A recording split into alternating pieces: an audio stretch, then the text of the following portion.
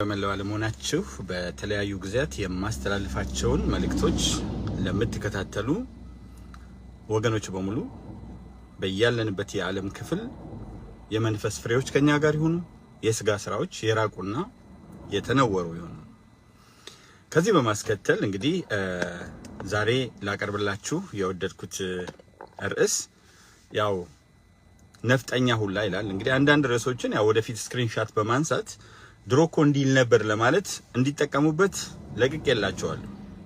ምክንያቱም ከኔ ጋር የቆዩ እውነትን የሚገነዘቡ ሰዎች ሁሉ ከእውነት ጋር ስላሉ ዛሬ እንግዲህ እንደተለመደው ጥያቄና መልስ የሚኖረን ይሆናል። አስተያየቶችን ያነበብኩ ጥያቄና መልሶችን የምንቋደስበት ይሆናል። ለምነገሩ ግን አንዱ በዛሬው ዕለት አርበኞቻችን ስላገኙት ድል ስላገኙት ገድል የኢትዮጵያ ነጻነት ሉዓላዊነት እና አንድነት በነፍጠኞች እንዴት ተከብሮ እንደቆየ እንዳለ የሚገለጸው ነው። ብዙ ጊዜ አይታችሁ እንደው መድረክ ላይም ነፍጠኛ ነኝ የነፍጠኛ ልጅ እያልኩ አቀርባለሁ እና በዚህ በነፍጠኝነት እና በነፍጠኛ ልጅነት ኮራለሁ። ለመሆኑ ነፍጠኛ ማለት ምን ማለት ነው? ከጻፍኩት ጽሁፍ ላጋራችሁና ቀደም ባለው ጊዜ ዛሬ ኮሜንት ላይ አስቀምጫለሁ። ከዛ ወደ ውይይታችን እንገባለን። ዘላለማዊ ሞገስ ሀገርን በክብርና ድል ያቆዩ ነፍጠኞች። ነፍጠኛ አርበኛ ቨርሰስ ጦረኛ። በርካቶች ነፍጠኛ የሚመስላቸው በሺዎች ዘመናት ፖለቲካዊ፣ ባህላዊ፣ ምጣኔ ሀብታዊ፣ ሃይማኖታዊ የንግድና መሰል መስተጋብሮች የተደረገውንና ተጠብቆ የቆየውን ሁለንተናዊ አንድነት ለማስቀጠል ተጋድሎ ያደረጉ ጀግኖችን ሳያካትት ሰፊውን ዘመን የሚሸፍኑ ነፍጠኞች እነዚህ ናቸው። ከጥንት ፑንት ዳማት፣ አክሱም፣ ዛጉዌ ጀምሮ ከዳማት የመጀመሪያው በታሪክ የሚታወቀው ዘፈርስ ሎካሊ ኖውን ስቴት ኢን ዘ ኢትዮጵያ ሪጅን ከዳማት ጀምሮ በአክሱም አልፎ እስከ ዘመናችን የቀጠሉ ሀገርን ለማስጠበቅ መስዋዕትነት የከፈሉ የጋራ መጠሪያ ስም ነፍጠኛ ይባላል። እንግዲህ አለቆቻቸውን ያናፈጣቸው ሰዎችና የባንዳነት ስሜት የተጣባቸው ነፍጠኛ ስድብ መስሏቸው ተነቅሰውት በየአደባባዩ ነፍጠኛ ሲሉ መስማት፣ ነፍጠኛ ባቆየው ሀገር ተንደላቀው የኖሩ ነፍጠኛ ሲሉ መስማት በጣም አሳዛኝና አሳፋሪ ነው። እነዚህም ባላይ ያለፉና ለፖለቲካ ግልሙትናቸው በመጥበብ መላውን አፍሪካ ቅኝ ገዢዎች በሚናጠቁበት ወቅት ለአያሌ ዘመናት የዘለቀውን ብረት ለማጠናከር በአፄ ምኒልክ አማካኝነት የዘመቱትን የሸዋ አማራና ኦሮሞ፣ የወለጋ፣ የጅማና የደቡብ ግዛቶች ባለውለታ ጦር ላይ ያነጣጥራሉ። በጣም ግልጽ ለማድረግ ለነሱ ነፍጠኛ ማለት ጎጃም፣ ስልጢ፣ አርሲ፣ ጨለንቆ፣ ወላይታ፣ ሸካና ከፋ ላይ ብቻ በመዋጋት ኢትዮጵያን በማስተሳሰር ያስጠበቁትን ወይም ከ1880ዎቹ በኋላ የዘመቱትን በመለየት ነው። እነዚህን ለይተው ለፖለቲካ ሸፍጣቸው አማራ አድርገው ይስሏቸዋል። ይህ የለየለት የታሪክ ትብታብ ሴራ ነው፣ እንዲሁም ሌብነት ነው። በእነዚህ ወገኖች እውነታውን ስሌታውን ተከትለው ከሄድን ጎጃም ተጠቂ እንጂ ነፍጠኛ አይደለም።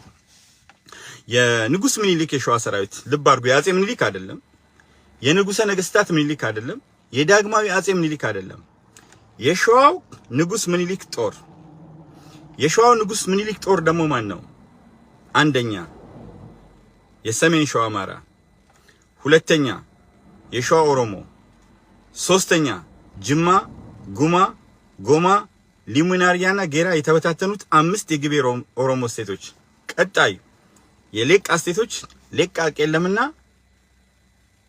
ሌቃ ለቀምት፣ እንዲሁም የደቡብ የተለያዩ ግዛቶች። እነዚህ አንድ ላይ የንጉስ ምኒልክ ጦር ናቸው። የአፄ ምኒልክ ሳይሆን የዳግማዊ ምኒልክ ሳይሆን የንጉስ ምኒልክ ገና የሸዋ ንጉስ ሳሉ እነዚህ መጀመሪያ ከዘመቱባቸው ቦታዎች አንዱ የጎጃም ጦር ነው። እነዚህ አንድ ላይ በመሆን ንጉስ ምኒልክ የሸዋው ከወለጋ ጋር ከጅማና ቅድም የጠቀስኳቸው የኦሮሞ ስቴቶች ጋር ከሌቃ ስቴቶች ጋር ከደቡብ ስቴቶች ግዛቶች ጋር በመሆን ጎጃምን ሊሙ ላይ ከዛ በኋላ እንደገና መልሰው ጎጃምን እንባቦ ላይ መተውታል። ከዛ በመቀጠል የተለያዩ ቦታዎች ላይ የተወሰኑ 6-7 ቦታዎች ብዙ ጊዜ የምጠቅሳቸው ቦታዎች ላይ ሄደዋል። ስለዚህ ጎጃም ወሎና ጎንደር አልዘመቱም። ከንጉስ ምኒልክ ጋር አልዘመቱም። ይሄ ጨለንቆ በምንለው ጊዜ አኖሌ በምንለው ጊዜ በእነዚህ ጊዜ አልዘመቱም። በኋላ ሸካና ወላይታ አካባቢ ሁሉም ደግሞ መላው ኢትዮጵያዊ አንድ ላይ ሄደዋል። ስለዚህ ነፍጠኛን ከአማራ ጋር ለማስተሳሰር መሞከር በመሰረቱ ባዶነት መሆኑን ከማረጋገጥ የዘለለ አይሆንምና ብዙ ጊዜ አማራ የመሰላቸው ነፍጠኛ ብለው ሲሳደቡ ሁለቱ ቡድኖች ሲሳደቡ ሳይሆን ነፍጠኛ የሚለውን የክብር ስም ባልገባቸው ልክ ስድብ ሲያደርጉት ማየት የገልቱ ፖለቲካ በጣም ያሳፍራል። በአንጻሩ በየዚህ ጋር አስቀመጥኩት አለ ነፍጠኛ ነፍጥ አንስቶ ሀገርን በአንድ ጥላ ስር ለማሰባሰብ እንዲሁም የሀገርን ሉዓላዊነት ለማስጠበቅ የዘመተ ሀገር በጠላት በተወረረች ቁጥር ጀርባውን ሳይሆን ግንባሩን ለጥይት አረር ሰጥቶ የተዋደቀ የተፋለመ የቆሰለ የደማ በድል አድራጊነት የተረፈ ጀግና በጥንት ታሪክ ላይ አሻራውን አትሞ ያለፈ የወል የክብር ስም ነው ነፍጠኛ።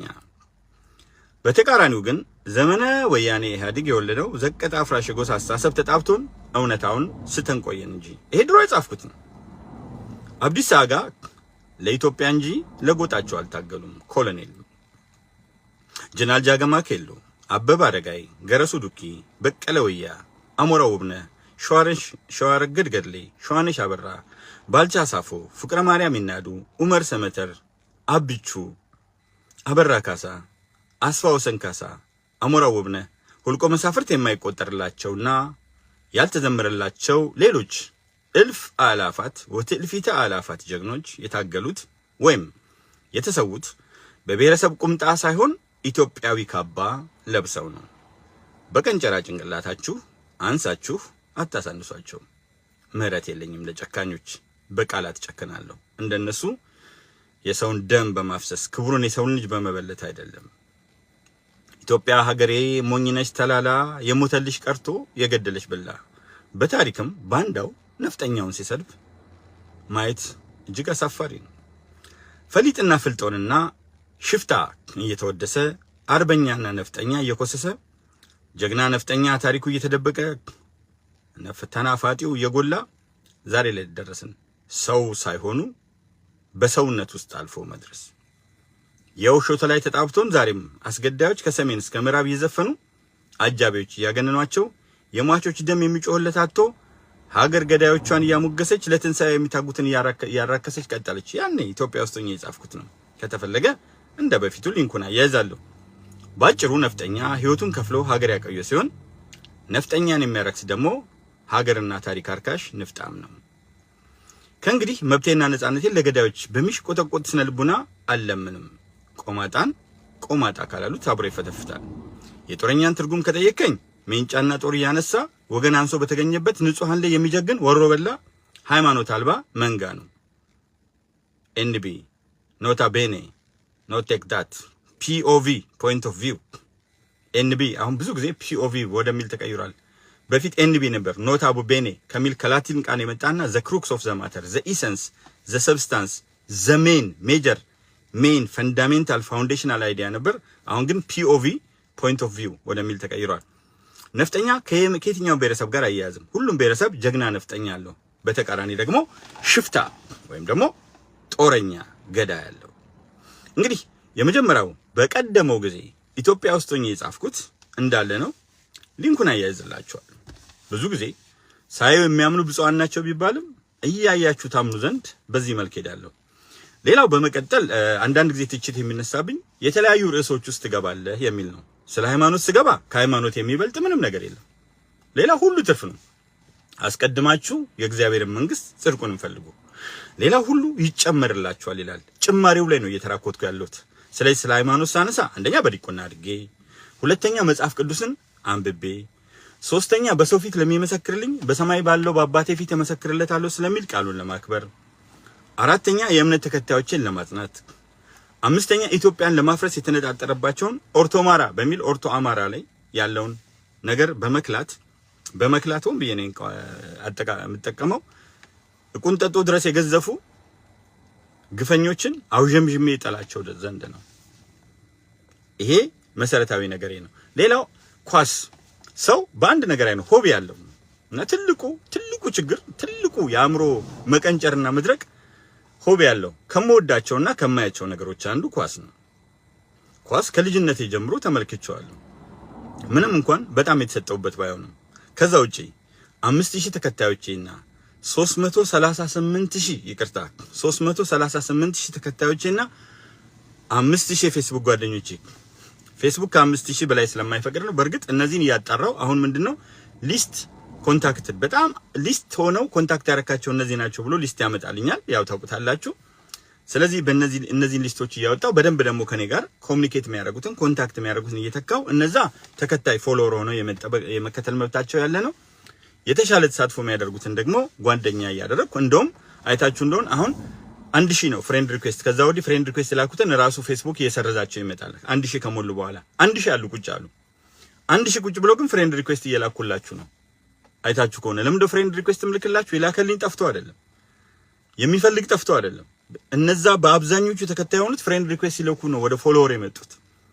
ስለዚህ ተሳትፎ እያየሁ ነው ያን ማድረገው። ሌላው የፈለገ ተሳትፎ ቢያደርግ የተቆለፈ አካውንት ምንነቱን ሳላውቅ ከግዑዝ ጋራ ኖ ፎሎወር መሆን ይችላል፣ አስተያየት መስጠት ይችላል። ከግዑዝ ጋር አልወያይም።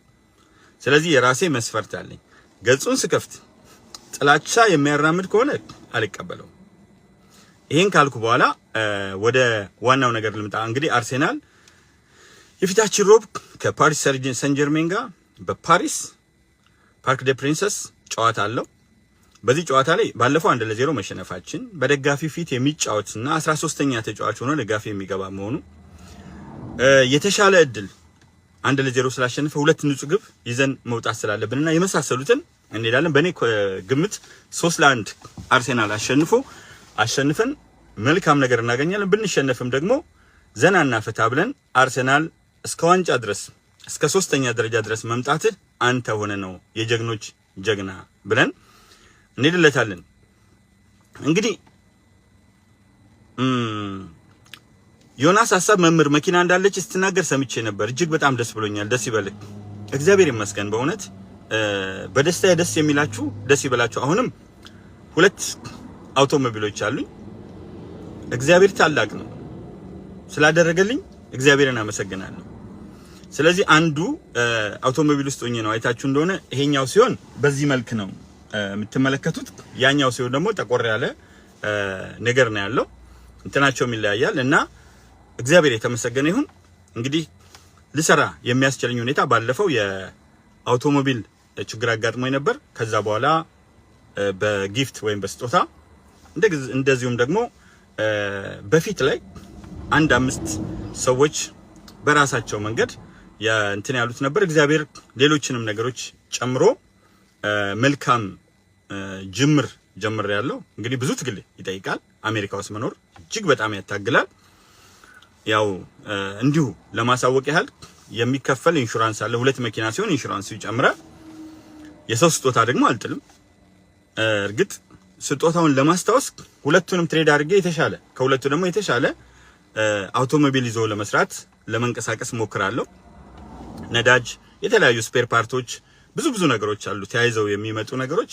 እነዛ ደስ ይላሉ። በየጊዜው ደግሞ ኢንስፔክሽን አለ። ከዛ ውጪ ማሳደስ አለ። እነዚህ በጣም ወጪ ቢኖራቸውም እንሄዳለን። አእምሮ ነፍጠኛ ልጅ ነኝ ይላል። እንግዲህ ጥያቄዎች ቢኖራችሁ የበለጠ ደስ እያለኝ ነው የምሄደው። አንተን ሰው ግን አለማድረግ በጣም ንፉግነት ነው። ያበርታ በላቸው ሹሚ እጅግ በጣም አመሰግናለሁ።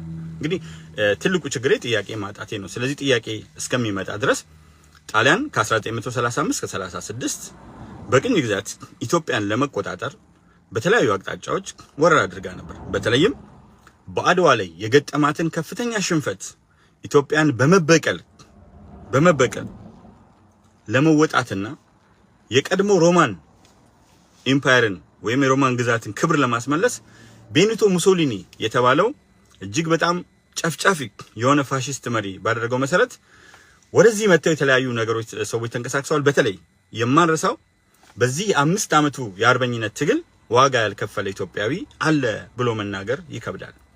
በተለይም የካቲት 12 ቀን በግራዚያኒ በተገኘበት የጣሊያኑን ልዑል የልደት በዓል ለማክበር በተሰበሰበው ህዝብ ላይ አብርሃ ደቦጭና ሞገስ አስገዶም በወረወሩት ቦምብ ሳቢያ ምንም የማያውቁ 30,000 ህፃናትን በግፍ ጨፈጨፏቸው። የሚገርመው በአይኑ የተመለከተውን የጻፈው እንግሊዛዊ በወቅቱ የነበረውን በመኪና ላይ እየተሳፈሩ ፊት ለፊት ለሰልፍ ወጥቶ የነበረው ሰው ላይ በኃይል ሄዱበት። ዝም ብላችሁ ተመልከተው የቅኝ ግዛትን መራራነት ምን አልፈው እንዴት አርገው ሀገር እንዳቆዩ በኃይል ሄዱበት። ስለዚህ ሄዱበት ምን አለ ደም። አሁን ጭቃ ላይ መኪና ሲሄድ አይታችሁ እንደሆነ ከጭቃው ሲወጣ ደም ይወጣል። ምንድነው ጭቃ ይወጣል አስፋልት ላይ። የሰው ደም ነበረ እየጎረፈ አስፋልቱ ላይ የመኪናው ጎማ ደም እያደረገ አንድ መኪና አይደለም በብዙ መኪና የተረፉትና በግራና በቀኝ የሚወድቁትን ደግሞ በገጀራ በፋስ በሰይፍ በተለያየ ነገር እየቆራረጡ ጭንቅላት 2 ቦታ 3 ቦታ ይሰነጠቅ ነበር። ፕሮፌሰር ባህሩ ዘውዴ ኢሜሪተስ ፕሮፌሰር ሂስትሪ ኦፍ ሞደርን ኢትዮጵያ 1855 to 1974 ወይም አሻሽለው ደግሞ 1855 to 1991 ርዕሱ እንዳለ ሆኖ ባወጡት መጽሐፍ ላይ እንዳሳዩት አዲስ አበባ 30,000 ዜጎቿ ተቀጠፉ። ከዛ ቀጥሎ ፊደል የቀመሱ ኢትዮጵያውያን በሙሉ እየተለቀሙ እንዲገደሉ ተደረገ። 300 የደብረ ሊባኖስ መነኮሳትም ተሰዉ። በዚህ ጊዜ ከነገሌ ቦረና እስከ ገናሌ ዶራያ ብቻ ተንቀሳቅሰው የነበሩት ራስ ደስታ ዳምጠው ያለ ምክንያት እንትን አላልኩም ምን ውለታ እንደተዋለልኝና መመለስ እንዳቃተኝ ተመልክቱ። ራስ ደስታ ዳምጠው በአብዛኛው የሰሜን የሆነውን ጦር ከየት አካባቢ እንደሆነ በስፋት ይታወቃል ይዘው በደቡብ አካባቢ ዘመቱ።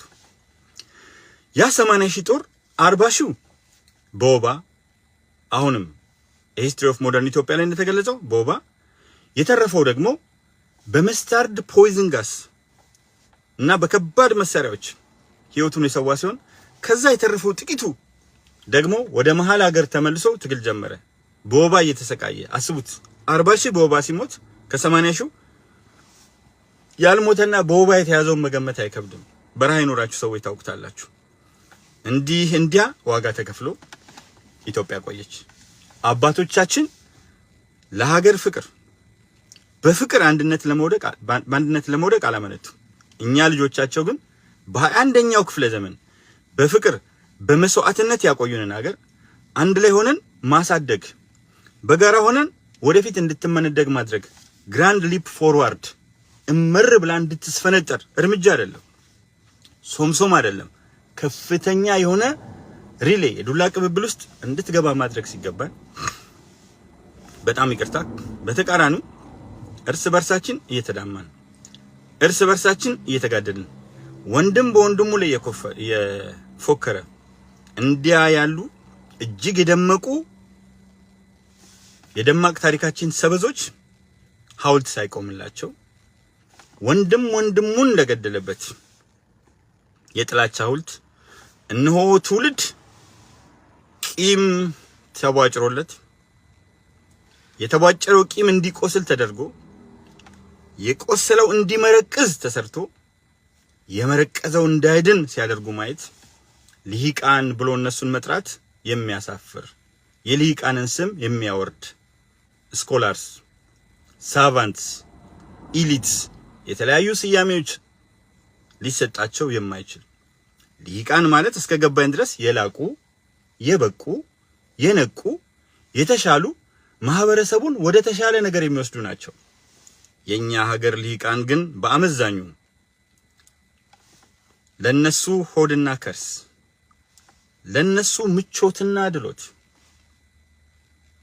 ልጆቻቸውን በብዙ ገንዘብ እያጋቡ ልጆቻቸውን በተለየ ትምህርት ቤት እያስተማሩ አንድ ቤት አልበቃ ብሏቸው ዱባይና ምዕራቡ ዓለም ላይ ቤት እየገነቡ አንድ ባንክ ንግድ ባንክ አልበቃ ብሏቸው በሀገር ውስጥ ባንኮች ብቻ ሳይሆን በተለያዩ የውጭ ባንኮች ገንዘባቸውን እያስቀመጡ በሚያሳዝኑና የነገ ተስፋ ባላቸው ወጣቶች ላይ በየአቅጣጫው እያፈሱ በኃይል ወደ ጦርነት እየወሰዱ እየማገዱ ከታሪክ ሳይማሩ ደርግ ብሔራዊ ውትድርና ብሎ ከየቦታው አፍሶ ያስገባቸው ሰዎች እጅ ከመስጠት እኔ ነኝ እንደምዋጋው ተገድጄ እያሉ እጅ ወደ መስጠት እንደሄዱ ሁሉ እጅ የሚሰጥና በተቃራኒ ጎራ የተሰለፈውን የሚያጠናክር ይበልጡኑ ደግሞ ቂም የሚያተርፍ የእናቶች እንባ የአባቶች በስተርጅና በደከም እድሜ ቁጭ ማለት ያቃታቸው። እኔ አንዳንዴ ኢትዮጵያዊ ስትሆን የሚሰማ ነገር ያለ ያኔ ትዝ ይለኛል። አጋጣሚ ሻዕቢያ ነው የሚል ነገር ነበርና የአይደር ትምህርት ቤት ህፃናት ላይ መቀሌ ቦምብ ወረደ። የቦምብ ውርጅብኝ ወረደ። ያን ጊዜ አንድ ግጥም ገጠምኩ።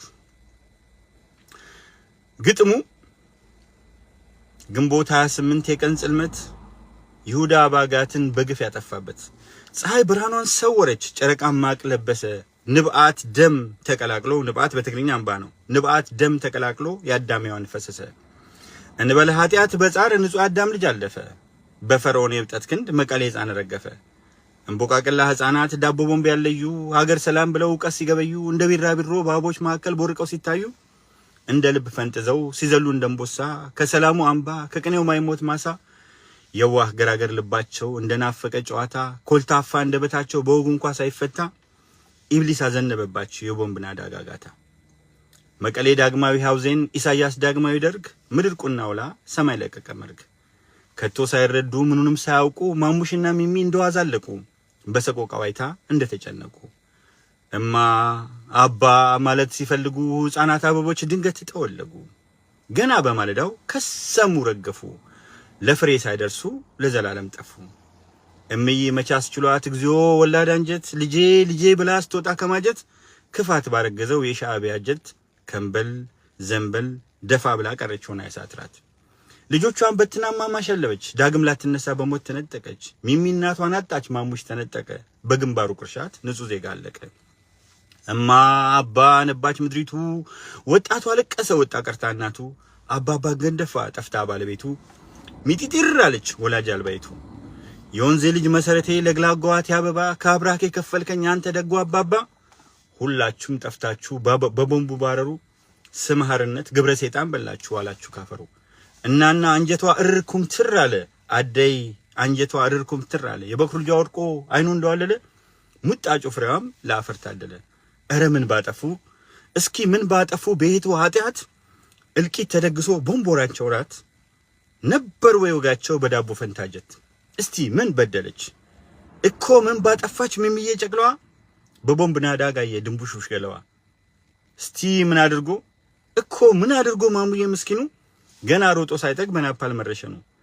ወግ ማረግ ሳታይት ያለሜቴ፣ ምርቃትን ሲሻ ገራገር አባቴ፣ ጥንካሬ ሲዝል እርጅና ሲጫንህ፣ በአንቱነት እድሜ አባ በመጦሪያ፣ በትንሿ ጎጆ ባርነት ግፍ ጋየ።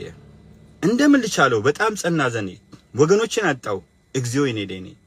በሂትለራዊ ጭካኔ የፋስ ፓርቲ ወኔ የናዚ ብያኔ፣ በሂትለራዊ ጭካኔ የናዚ ብያኔ የፋስ ፓርቲ ጥፋት ሙሶሎኒ ወኔ፣ አጣምረ ለያስከው ለመንግስቱ ወንድም ለሳዳም የጡት ልጅ ለኢሳያስ መጥኔ። የሐውዜን ግፍ እልቂት፣ የመርሳ ንጹሃን ደም፣ የግራዚያኒ ጭፍጨፋ፣ የበደኖ መርገም፣ መቀሌ አዲግራት አሁን ተደገመ፣ በጎረቤት እልቂት ዓለም ተደመመ። አይ መንግስት ኤርትራ እያልኩ ነበር የቀጠልኩት። በጣም ረጅም ነበር። አይ ሪመምበር እንደዚህ ነበር ብር የጎረፈው በማዘጋጃ ቤት አዳራሽ ይሁን በብሔራዊ ቲያትር ሳቀርብ እንዲህ ያኔ የ1990 ግንቦት 28 የአይደር ትምህርት ቤት ሲጨፈጨፍ ለትግራይ ህፃናት፣ ለትግራይ መምህራን፣ ለትግራይ እናቶች ያቀረብኩት ግጥም ነበር እና ያ ግጥም ያንን ገንዘብ አወጣሁና እዛው ጋር ለነዚህ ግፍ ለደረሰባቸው ወገኖች ይሰጥ ብዬ እዛው ህዝብ ፊት ያልጎረፈ ገንዘብ አልነበረም። የትግራይ እናቶች እያለቀሱ መቶ 50 ምናምን አባቶች ምን በቃ አዳራሹ ላይ ተጥለቀለቀ። ሰው አንገቴ ላይ እየተጠመጠመ ነበር። በቃሌ ነበር ያቀረብኩትና እንዲህ ነው እኔ ሰው መወደው፣ እንዲያ ነው እነሱ ሰው ይጣላል የሚሉኝ። ግን ታሪክና ወቅት ይፍረደን። ሽልም ከሆነ ይገፋል፣ ቂጣም ከሆነ ይጠፋል። እሺ ዘመን ደገፉ መምህር እንኳን በሰላም መጡ። እርሶ ለኔ የ21ኛ መቶ ክፍለ ዘመን የሀገር ኢትዮጵያ አርበኛ ኖት። ክፉ አይንካ ይወቅልኝ። እንግዲህ እኔ ያው እንዳየኸው በየቀኑ እዚሁ ፌስቡክ ላይ አለው። ሌላ አካውንት የለኝም። በዚህ አጋጣሚ ዛሬም የምነግራችሁ ክፈትሉኛላችሁ፣ ከፍታለሁ። የዩቲዩብ አካውንት የለኝም። ቴሌግራም ቻናል በህይወት ዘመኔ ኖሮኝ አያውቅም። ቴሌግራም ቻናል በህይወት ዘመኔ ኖሮኝ አያውቅም። ቲክቶክ ወይም ያው በዚህኛው አክሰንት ከሄድን ቲክታክ ትክክለኛው ቲክቶክ ነው። በዚህኛው አክሰንት ከሄድን ቲክታክ እሱ ጋር ከመጣችሁ ደግሞ ሼር ብቻ ማድረግበት ታይሻ TAYISHA 771 ታይሻ 771 የሚል ሼር ብቻ ማደርግበት ነገር ነው ያለው እና እሱ የምፈልጋቸውን ነገሮች ሼር አደርጋለሁ። እሱ ብቻ ነው ያለኝ። ወደፊት ግን ሙሉ በሙሉ መጣለሁ። እንግዲህ የሚመለከቱኝ ናቸው ያሉት። በቀለ ወርቁ ተባረክ ይላል። እግዚአብሔር አንተንም ከነመላው ቤተሰብህ ሀገራችን ኢትዮጵያንም መላውን የሰው ዘር ይባርክ። በጣም ነው የማመሰግነው። ጥያቄዎች ካሉ በጣም ደስ ይለኛል። ያው ነገራቸው የሚል ነው አስተያየቱ። ያው የነገርኳቸው ነው። ደብረ ወርቅ ተፈራ መምህርዬ አሁንም ብርታቱን ይስጥ። በርታ። እግዚአብሔር በምትሄድበት ሁሉ ይቅደምልህ። አሜን። የእናንተ ጸሎት፣ የእናንተ ምርቃት፣ የእናንተ ድጋፍና ብርታት ምርኩዝ ሆነኛል። እነሆ ጊዜም ኖሮኝ በመሐከል እያረፍኩ ይህንን ማደርገው በታሪኩ ስለተዋለልኝ ውለታ ለኔነቴ እኔን አልሆንም ነበር እኔ ነው አይደል ያለው ከያኔው እኔን አልሆንም ነበር እኔ እናንተ ባትወድቁ ኖሮ ያኔ ከያኔው አናት መሰለኝና እሱ አለ እንግዲህ ጂጂሽ ባባውቱን ቴዲ አላቅም ብቻ ከሁለቱ አንዱ እኔን አልሆንም ነበር እኔ የሚል ነገር የቴዲ አፍሮ ይመስለኛል። የምኒልክ አድዋ ከኃይለ ሥላሴ ጉዳዩ ድል ብታነጻጽረን ለምን ይመስላል ሁለተኛውንም ድል የማናከብረው ይላል። እንግዲህ ሁለተኛው ድል እየተከበረ ነው። በነገራችን ላይ የኃይለ ሥላሴ ድል ኃይለ ሥላሴ አሁን የምናከብረው ሚያዝያ 27 ኃይለ ሥላሴ በሰሜን ኢትዮጵያ በኩል ከሱዳን ተነስተው በአማራ ክልል አቋርጠው ወደ አዲስ አበባ ገብተው የኢትዮጵያን ሰንደቅ ዓላማ ያውለበለቡበት ቀን ነው ዛሬ የምናከብረው። ስለዚህ የኃይለ ሥላሴ ድል ሳይሆን የመላው ኢትዮጵያውያን ድል ነው። ንጉሠ ነገሥቱ ኃይለ ሥላሴ ነበሩ። የእንግሊዝን ጦር ይዘው የመጡት ኃይለ ሥላሴ ናቸው።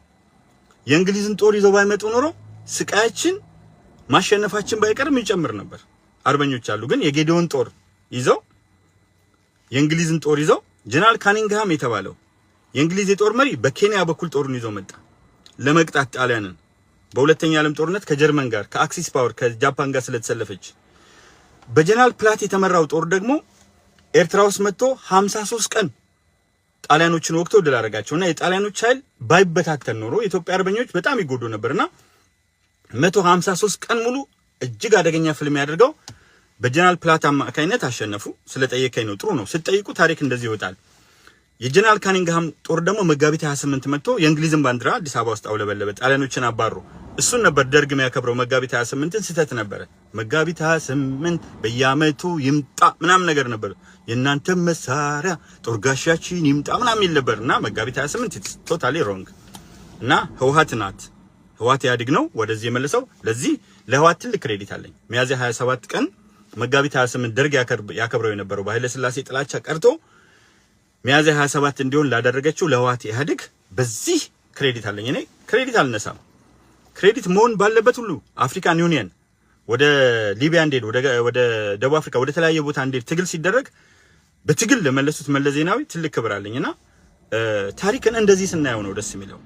መልካሞቹን አጠናክረን ሌሎችም እንዲሰሩበት መንግስቱ ኃይለማርያም ሌሎችም ላደረጉት ታሪክ ጠቅሰው እና ጥላቻቸውን ያንጸባረቁም ቢሆን እዛ ላይ የተናገሩት ነገር ግን ከውጤት አንፃር ጥሩ ውጤት አምጥተዋልና የምኒልክ ድል ሳይሆን አጼ ምኒልክ መላውን ኢትዮጵያን አስተባብረው ያገኙት የአድዋ ድል ከአድዋ በፊት የመቀሌ ድል፣ ከመቀሌ ድል በፊት የአምባላጌ ድል፣ ከአምባላጌ ድል በፊት አሉላ እንግዳ ወይም አሉላ አባነጋ 500 ጣሊያንን ዶጋሊ ላይ ያሸነፉበት ድል። ከዛ ቀደም ብሎ አፋሮች በ1875 ዓመተ ምህረት የግብጽን ጦር በቬርነር ሙንዚንገር ስዊስ ጀርመናዊ የሚመራውን ያደረጉበት ድልና በጣም በርካታ ድሎች ኢትዮጵያ ውስጥ አሉ።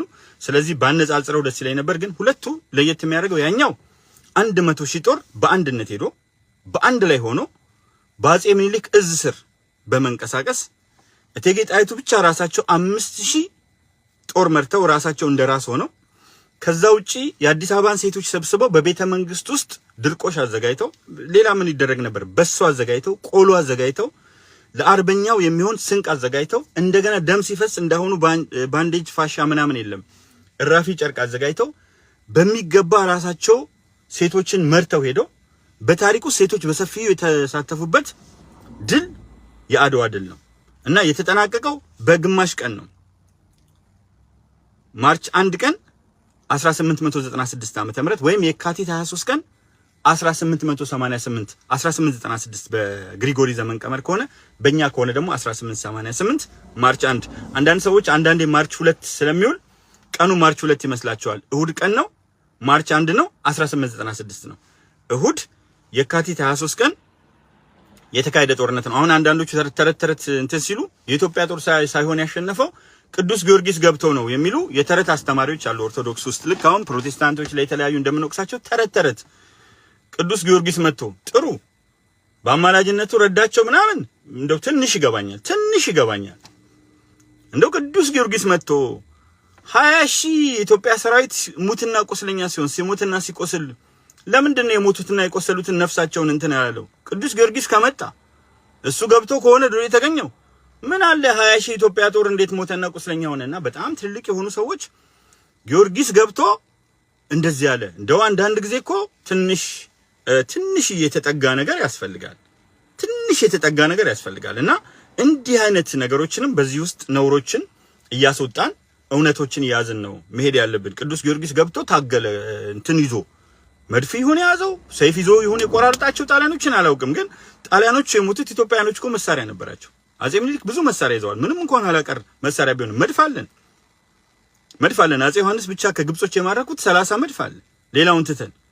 ስለዚህ መድፎች ምናምኖች አሉ፣ ግን ከነሱ ጋር ሲነጻጸር አንደኛ ዘመናዊ ጦር አይደለም፣ ሁለተኛ አደረጃጀቱ የተጠናከረ አይደለም፣ ሶስተኛ ጀሌ ዱላ ይዞ ሰው ሲወድቅ እተኩሳለሁ የሚለው ይበዛል፣ አራተኛ ጣሊያኖች ከከከከከከከ ያረጉ ጥይቱን እንትን ሲሉት የኢትዮጵያ አርበኛ ግን አንድ ገብቶለት አይተኩስም። ቆይ 3 ይሁን ይደራረቡ ብሎ 3ቱን እየደረበ ይተኩሳል። እነዚህ ለየት ያሉ ድሎች ናቸው።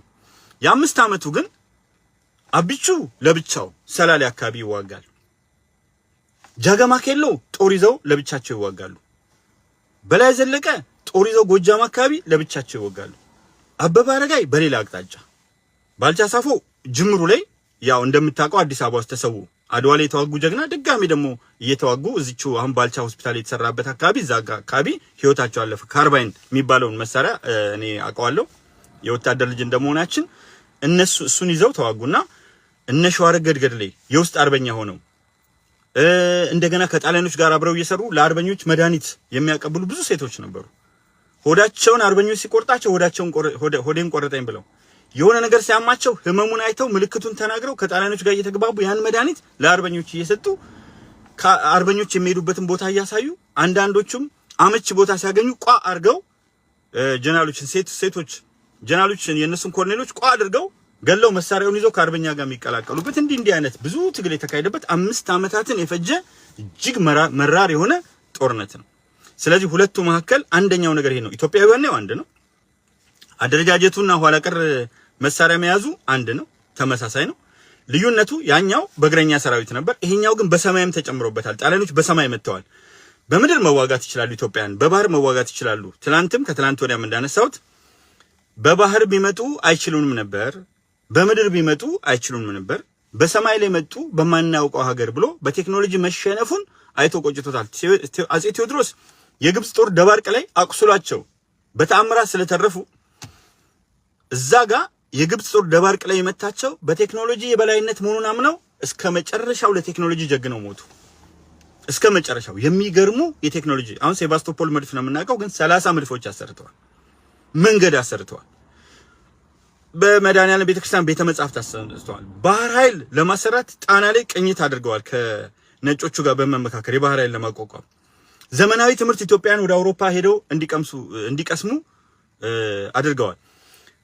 ማለት ደብዳቤ ጽፈዋል። ከዚህ ባለፈ በጣም የሚገርመው አጼ ቴዎድሮስ ዳኛ አቆመዋል።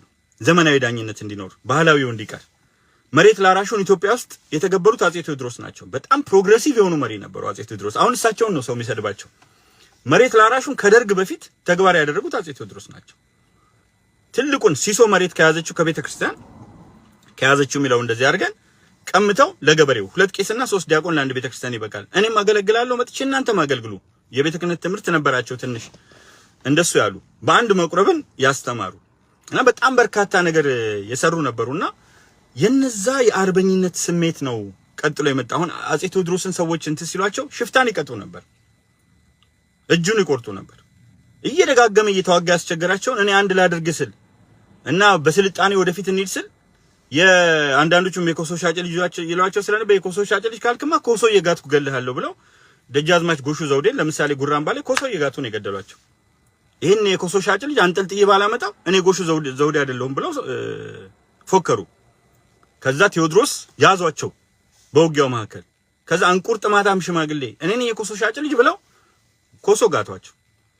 እንደገና ደግሞ መነን የንጉሠ ነገሥት ዮሐንስ 3ኛ ሚስት የነበረችውና የራስ አሊ ሁለተኛው አይሻ ላይ የተሸነፉት የሳቸው ሚስት ደግሞ ቆይ ይሄ ቆለኛ የፍየል እረኛ ቴዎድሮስን ሲያናንቁት ነው እኮ ቆይ ይሄ ቆለኛ የፍየል እረኛ አንጠልጥዬ ባላመጣው እኔ መነን አይደለሁም ብላ ሄደች ከነባሏ ዮሐንስ 3ኛ ከተባለው ንጉስ ጋር። ያው ንጉስ አንጋሹ ራስ ቢትወደዱ ራስ አሊ ዘሰከንድ ነው። ከዛ ቴዎድሮስ ተከተለና እቺን ቆፍጣጣ አሮጊት በጦሬ ጫፍ ወግቼ ባቄላ ያላስፈጫዋት እንደሆነ እኔ ካሳ ኃይሉ አይደለሁም። ያኔ ቴዎድሮስ አልተባሉም። እኔ ካሳ ኃይሉ አይደለሁም። እንዲህ አይነት እንትኖች ነበሩና እንዲያ ብለው ሲያስቸግሯቸው እየተዋጉ ሲያስቸግሯቸው እየጨከኑ በአማራው ላይ ይገርመኛል። እና አሁን ትርክቱ ሌላ ነው እና እንዲህ ነው እንትን የሚያደርገው ነብየ ልዑል መኩሪያው ገፍተው አደረጉ ካህናት ካንተ ብዙ ታሪክ መማር ፈልጋለሁ። በርታልኝ ጋሼ እግዚአብሔር ያክብርልኝ። በጣም አመሰግናለሁ። ግን አሁን ልክ እዚህ ጋር እንደቀረበው አይነት ጥያቄ ቢቀርብ ኖሮ እንዳሁኑ አይነት ማብራሪያዎች እየሰጠው ሄድ ነበር። አነጻጽርልኝ አለኝ። ስለዚህ ንጽጽሩ የጦርነቱ ዱሬሽን አለ፣ የኃይል ስብጥሩ አለ፣ አሰላለፉ አለ። ያ በአንድ እዝ ነው። ይሄኛው ደግሞ በተለያዩ ኮማንዶች በተለያዩ ቦታዎች ነው እና እነዚህ አይነት ነገሮች ኮምፔር ኤንድ ኮንትራስት አድርገን ማስቀመጥ የምንችልበት ሁኔታ አለ። እንግዲህ ይሄን ከያዝኩ በኋላ የበለጠውን ሰፋ አድርጎ ማየት ይቻላል። ሌላ እንግዲህ ወንደሰን ገሰሰ በጣም ነው የማመሰግነው። በጣም በሚገርም ሁኔታ ነው የጠየቀኝ። አንድ አይነት ጥያቄዎች ቢኖሩ በታሪክ ላይ በደንብ ለመነጋገር እንችላለን እና ጠይቁኝ ብሎ ሰው ለምኖ እንትና ለማለቱ በጣም ያሳዝናል፣ በጣም ይገርማል። ለምኖ እንዴት ሰው እንትና አይልምና ይሄ ቴንክ ዩ ሚል ነው ያለው አበበ ሃንዳዊ እና ተንኩ ሁንዳውል ይመስለኛል። ቴንክ ዩ ነው የሚለው። በጣም አመሰግናለሁ። ሌላው ያው ተባረክ የሚሉ ጎበዝ የሚሉ ፈጣሪ ጠብቀ ጽኑ ሰው የሚሉ ናቸው። እነዚህም በሙሉ እንዳለ ከመቀበል ውጪ ሌላ ነገር የለም። ጥያቄ ቢኖር ነው ፉአድ አህመድ ጎበዝ በርታ እንዴት እንርዳህ ነው የሚለው። ፉአድ እንግዲህ እግዚአብሔር ይመስገን ባለፈው ጊዜ የምሰራበት መኪና አስቸግራኝ ስለነበረ በዛ ላይ ለመኪናዋ እና እንደገና ደግሞ በጣም ከባድ ነበር። አንደኛ ስፖንሰር የለኝም አሜሪካ ስመጣ፣ ሁለተኛ የቤት ክራይ የመሳሰሉት ነገሮች መክፈል አለብኝ፣ ሶስተኛ ከፍተኛ የሆነ አጋጥሞኝ የማያውቅ በህይወት ታሪኬ አጋጥሞኝ የማያውቅ ህመም አጋጥሞኝ ነበር። በዚህ አማካኝነት አሜሪካ የሚገኙ ሰዎች ሌሎች ብዬ ነበር ከውጭ ላይ ብዙም ማለት እንደው የለም ማለት በሚቻል ደረጃ ነው ያለው። ግን አሜሪካ ያሉ ሰዎች ዜል አደረጉልኝ። ከዛ በኋላ የመኪናው አጠቃላይ ነገር ታደሰ፣ ሙሉ በሙሉ በሚገርም ሁኔታ ታደሰ። አሳደስኩኝ፣ ሰዎችም በዚህ ጋር ደገፉኝ። ስለዚህ አሁን ላይ የምትረዱኝ ነገር የለም። የምትረዱኝ ነገር ወደፊት ዩቲዩብ ስከፍት እንደማንኛውም ዩቲዩበር ሰብስክራይብ ታደርጉልኛላችሁ። ቲክቶክ ላይ በመምጣት የመሳተፍ ነገር ይኖራል። ከዛ ውጪ እግዚአብሔር ይመስገን አሁን የራሴ የሆነ ፕላን ይዤ እየተንቀሳቀስኩ ስለሆነ ትምህርትም ሁሉም ነገር ሲሆን ብናገረው ይሻላል። አንዳንዶቹ ነገሮች ዝም እምላቸዋለሁ ስለማያስፈልጉና በትምህርትም በመሳሰሉት ነገሮች ሄዳለሁ። በጣም የምትረዱኝ ሙስሊሞች በዱዓ የምትወዱኝ የምታከብሩኝ ሙስሊሞች በዱዓ ትረዱኛላችሁ። ፉአድ አህመድ የእናንተን ዱዓ አላህ ይቀበላል።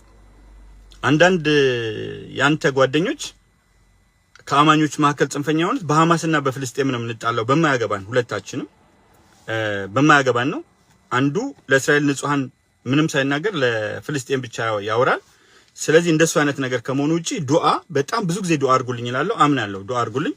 የፕሮቴስታንት እምነት ተከታዮች ሃይማኖቴን በሚነኩ ሰዎች ምክንያት ለእነሱ ምላሽ ሲሰጥ እንደማስቀየማቸው አውቃለሁ። ጸሎት አድርጉልኝ።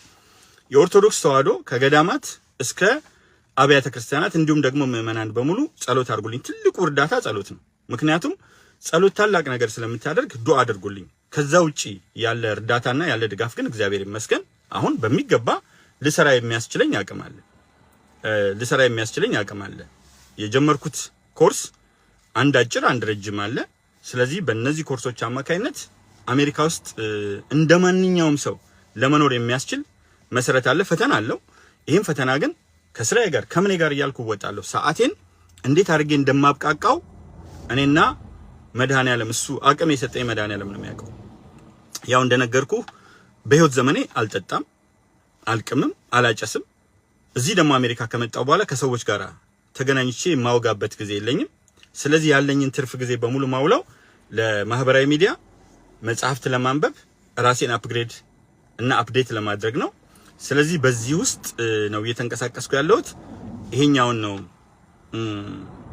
ግንቦት 20 መከበር ቀረ እንዴት ቲቸር ነው? ያው ይሄን ጥያቄ ግንቦት 20 ብታነሱ ትፈልጋለሁ። ግንቦት 20 ለኔ መከበር የለበትም።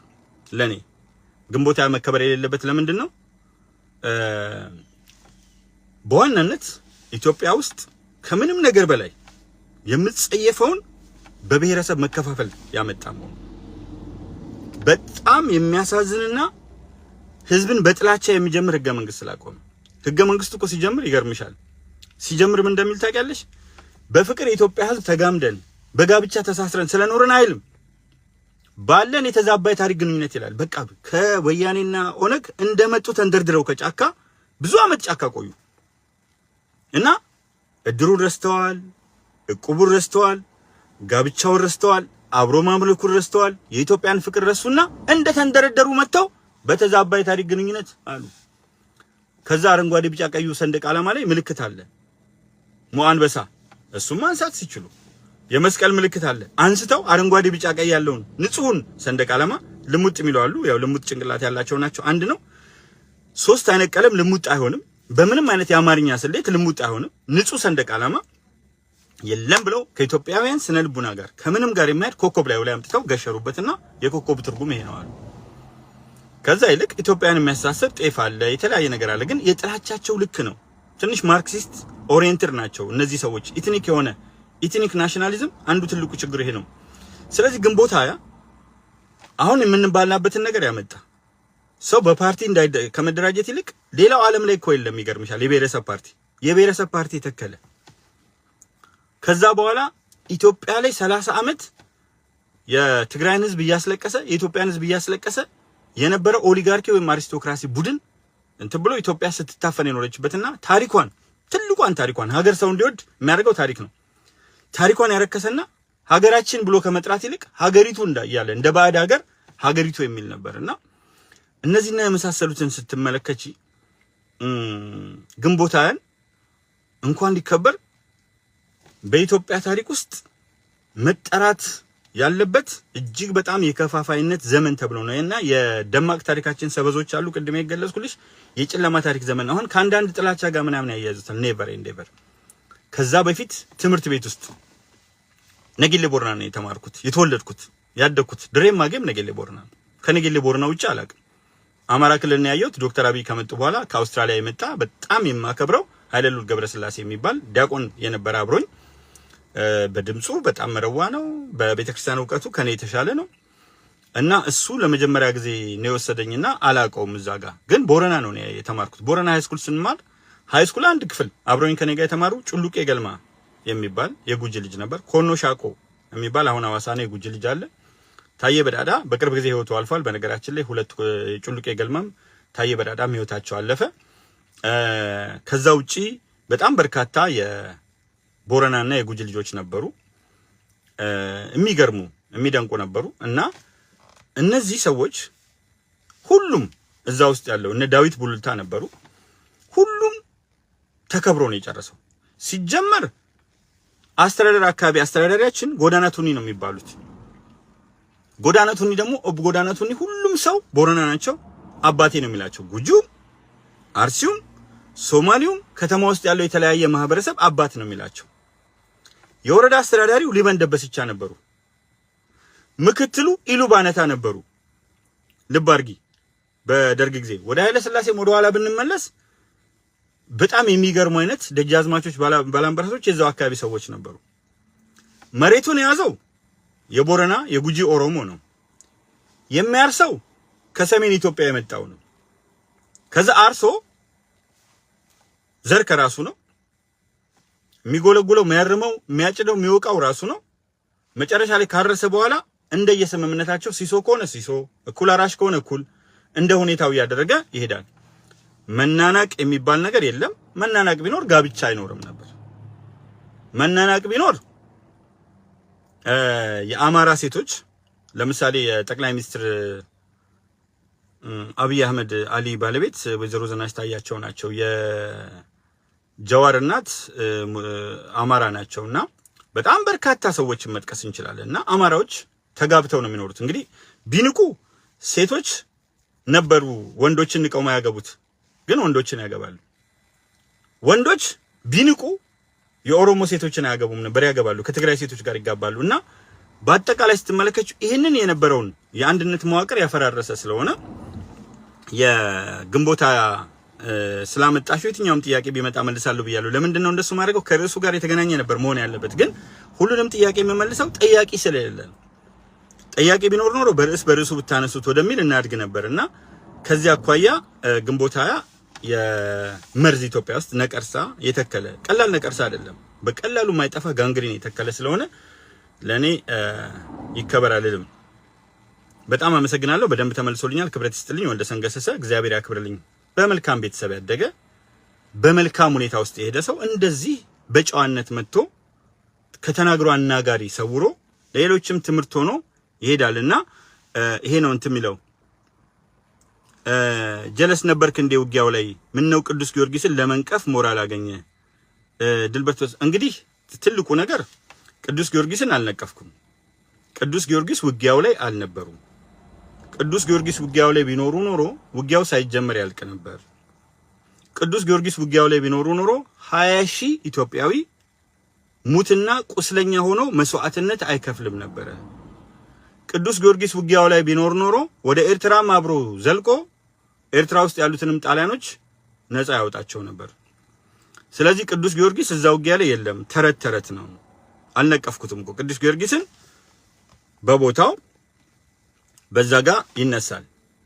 በሰራው ገድል በሰራው ሁኔታ እዛው ጋር ባደረገው ተጋድሎ ለክርስቲያኖች ባደረገው አርአያነት ተምሳሌትነት ተገቢውን የሆነ ክብር በሰማዕትነት ያገኛል። እንደ ሰማዕቱ ቅዱስ እስጢፋኖስ ሰማዕቱ ቅዱስ ጊዮርጊስ ተብሎ ተገቢውን ክብር በቦታው ላይ በበዓሉ ላይ በሰራው ስራ ያገኛል። ባልሰራው ስራ ባልነበረበት ባልዋለበት ተጨባጭ በሆነ ሁኔታ ተረት ተረት ግን አልቀበልም። ስለዚህ ተረትን አቡነ ማቲያስ ብፁዕ አቡነ ማቲያስ የኢትዮጵያ ኦርቶዶክስ ተዋሕዶ ፓትሪያርክ ባለፈው እንዲህ ብለሃቸው ነበር የሚል ተረት ተረት እንደሚመጣ ቃለው ምን በማንኛውም ጊዜ ሲናገር በምክንያት ነው እና እሳቸውም ጭምር የተለያዩ ኑፋቄዎች ያስገባሉ። በነገራችን ላይ አሁን ላይ ብዙ መጽሐፍ ታትመዋል። በኦርቶዶክስ ጠላቶች የድሮ እንዲመስሉ እየተደረገ መስመር እየተደረገባቸው እየተሰመሩ ብዙ መጽሐፍ ታትመዋል። ዓላማው ኦርቶዶክስን ማንቋሸሽ፣ በኦርቶዶክስ ውስጥ ደግሞ ጸረ አማራ የሆነውን እንቅስቃሴ የማጉላት ብዙ ነገሮችን አውጥተው ቤተክርስቲያን የማትጠቀምባቸው ሄደን ሰምተናቸው ማናውቃቸው ከየት እንዳወጣቸው ማይታወቁ ከአባቶቻችን አስተምህሮ ከመሪዎቻችን ከንጉሶቻችን አስተሳሰብ ጋር ነግሬያቸዋለሁ የማይሄዱ። እንግዲህ ዋናው የሚጠሏቸው የተነቀሷቸው አጼ ምኒልክን ነው። አጼ ምኒልክ ምንድነው ያሉት? እነሱ ደጋግመው ስለሚናገሩ ልንገራችሁ። ለጅማ አባጅፋር በጻፉት ደብዳቤ ይድረስ ከልጄ ከጅማ አባጅፋር ይህን የጃንጀሮን ሰው ጋላውን በጄ ገባ ብለህ ጩቦ አታርግበት። እኔ የጎንደር ሰው መጥቶ እዚህ ሸዋ ተቀምጧል። ሀገሬ ልግባ ያለ እንደሆነ ጩቦ ሊደረግበት ነው። የሰው ባሪያ የለውም። ባሪያ ነው እያልክ አትሟገት ያሉት ለምንድን ነው? ጅማ አባጅፋር ባሪያ ነው ብለው ሰው ይዘው ስለነበር ነው። የሰው ባሪያ የለውም፣ ባሪያ ነው ብለህ አትሟገት። እግዚአብሔር ከሰው መሃል አልቆ ሲያስገዛ ጊዜ በሰው መጨከን አይገባም። ሁላችንም የእግዚአብሔር ባሪያዎች ነን። ይሄ በጠላ ቤት ተረት የተጻፈ ሳይሆን አዋጅ ነው። የአጼ ምኒልክ ሁለት አዋጆች ቁጭ ብለዋል። ዳር ዳር ያለው አዋጪ መሆኑን ሲያይ ሚስቱንም ልጁንም ይሸጥ ጀመርን ሰማው። ስለዚህ ካሁን በኋላ ስትሸጥ ባገኝ ይሄን አደርግሃለሁ እያሉ የጻፏቸው የተናገሯቸው አዋጆች እያሉ ሌሎች ተረት ተረቶችን በራሳቸው ሰዎች አስገብተው በራሳቸው መንገድ ጽፈው ሰው ከኦርቶዶክስ ተዋህዶ ሃይማኖት እንዲሸሽ ኦርቶዶክስ ተዋህዶን በማፍረስና የአማራውን ማህበረሰብ በመምታት ኢትዮጵያዊ ስሪት ሁሉም ኢትዮጵያዊ ነው። ነገር ግን ኢትዮጵያዊ ስሪትን ለመምታት አነጣጥሩ ያለው ሮማን ፕሮቻስካ የባሩድ በርሜል በሚለው መጽሐፉ የኦስትሪያ ቆንስላ የነበረውና በ1930ዎቹ ኢትዮጵያ የነበረው ኢትዮጵያ ውስጥ ሲያማስል በተባረረው ባለጌ ሰው እንደነ ተስፋዬ ግብረ እባብ እንደነ ገብረ ኪዳን ደስታ ይጻፍ እንደነበረው ጽሁፍ መርዝ ጽፎ በእንግሊዝኛና በተለያዩ ቋንቋዎች እንትን ብሎ ከዛ በኋላ እነዚህ በጡጦ ተሰጥቷቸው ከዛ በኋላ ኢትዮጵያን ማፍረስ ከፈለጋችሁ አለ በውጊያ አትችሏቸውም አለ። ምክንያቱም መጀመሪያ ላይ አየ አድዋ ላይ የነበረውን ድል በታሪክ አየ። ሁለተኛ የ5 ዓመቱን የአርበኝነት ትግል እዛው ቆንሱላ ስለነበር ያውቀዋል። ኢትዮጵያን ለምንም ሸብረክ እንደማይሉ በአንድነት ከቆሙ እንደማይሸነፉ ያውቀዋል። ስለዚህ ኢትዮጵያን ማፍረስ ከፈለጋችሁ አለ በግልጽ እኮ ነው ማፍረስ ከፈለጋችሁ አማራ የሚባል ማህበረሰብ አለ በኢትዮጵያ እንትን ውስጥ እሱ እንዲጠላ ስሩና ለብሔረሰቦች ደግሞ የተጋነነ መብት ስጧቸው። እዛው ላይ እኮ ነው የጻፈው። ይሄንን ነው ኦነግና ወያኔ ተቀብለው የተገበሩት። ሌሎች የውጭ ኃይሎችም የተጠቀሙት። ያ ነው የሚያቆስለኝ። ያ ነው ኦርቶዶክስ ተዋህዶ አማኝ ስለሆንኩ ብቻ ሳይሆን እንድቆም የሚያደርገኝ። ያ ነው ጋሞች ሲገፉ ያስጮኸኝ። ያ ነው 1 ሚሊዮን ኦሮሞ ከሶማሌ ክልል ሲፈናቀል ህወሓት ፊት ግንባር ለግንባር ሆነን የተናገርኩት። ያኔ የኦሮሞ መሬት ተቀምጦ በራሱ መሬት ላይ ኮንዶሚኒየም ሲሰራ ተው ግፍ ነው እና አባይ ፀሐዬ እና አቦይ ስብሃት ህወሓቶች የተወካይ ምክር ቤት አባላት በተገኙበት ኢሳት ቀንጭቦ ባቀረባት ነገር ተው ግፍ ነው። 2 ብትሰጡት ቤት አንዱን አከራይቶ በአንዱ ውስጥ ከነቤቱ መኖር ይችላል። ብር ሰጣን ብላችሁ ግን የማይረባ ነገር ሰጣችሁት በኋላ እንትን ቢል በራስ ላይ እባብ መጠምጠም ነው አልኩኝ። እባብ ተጠመጠመ። ስለዚህ በዛን ጊዜ የተናገርኩት ነውና እንትን አይለኝም። ስለዚህ ቅዱስ ጊዮርጊስን ለመንቀፍ ሞራል አገኘህ የሚለው በጣም ትልቅ ስህተት ነው። እዚሁ ጋር ይሄ ሁሉ ሰው እያየ ይሄ ሁሉ ሰው እየተመለከተ እዚህ ጋር በአደባባይ እንደዚህ ማለት በጣም አሳፋሪ ነው የሚሆነው። አሁን እንግዲህ ከፕሮቴስታንቱ አጣላችሁ፣ ከሙስሊሙ አጣላችሁ፣ አሁን ደግሞ ከኦርቶዶክሱ ምታጣላ መስሎ ነው በቅዱስ ጊዮርጊስ። ኦርቶዶክሱ ያቀኛል ሰሞኑን ሳደርግ የነበረውን ነገር ያውቃል። ስለዚህ እናንተ ባደረጋችሁት አይደለም እግዚአብሔር ያልተከለው አይጸድቅም፣ እኔ ጋር ሆነ ያላለው አይሆንም። እና ይሄንን ነው እማመጣው። ሰለሞን ጡማይ መርዝ ሽማግሌ ብሏል። ሰለሞን ጡማይ ወያኔ ነው።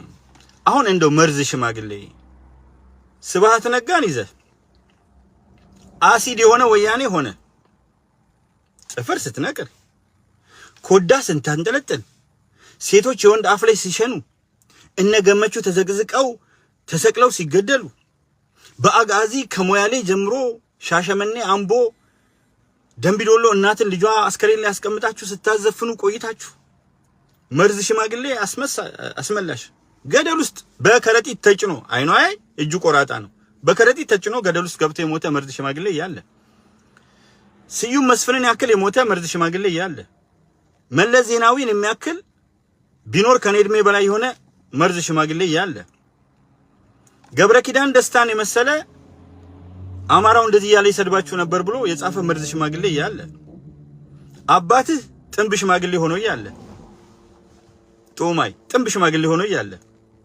እንደ እኔን ጎልማሳው እኔን ገና እንዲህ የምነቃነቀውን ሰውዬ ሽማግሌ ስትል መርዝ ስትል ሁለቱም አይሆንም። ሽማግሌ አይደለም። ሽማግሌ የሚባሉ ሰዎች አሉ። የሀገር ሽማግሌ የከበሩ ሰዎች አሉ። ታየ ጎልማሳ ነው፣ ሽማግሌ አይደለም። ማየት ትችላለህ፣ እንቅስቃሴን መመልከት ትችላለህ።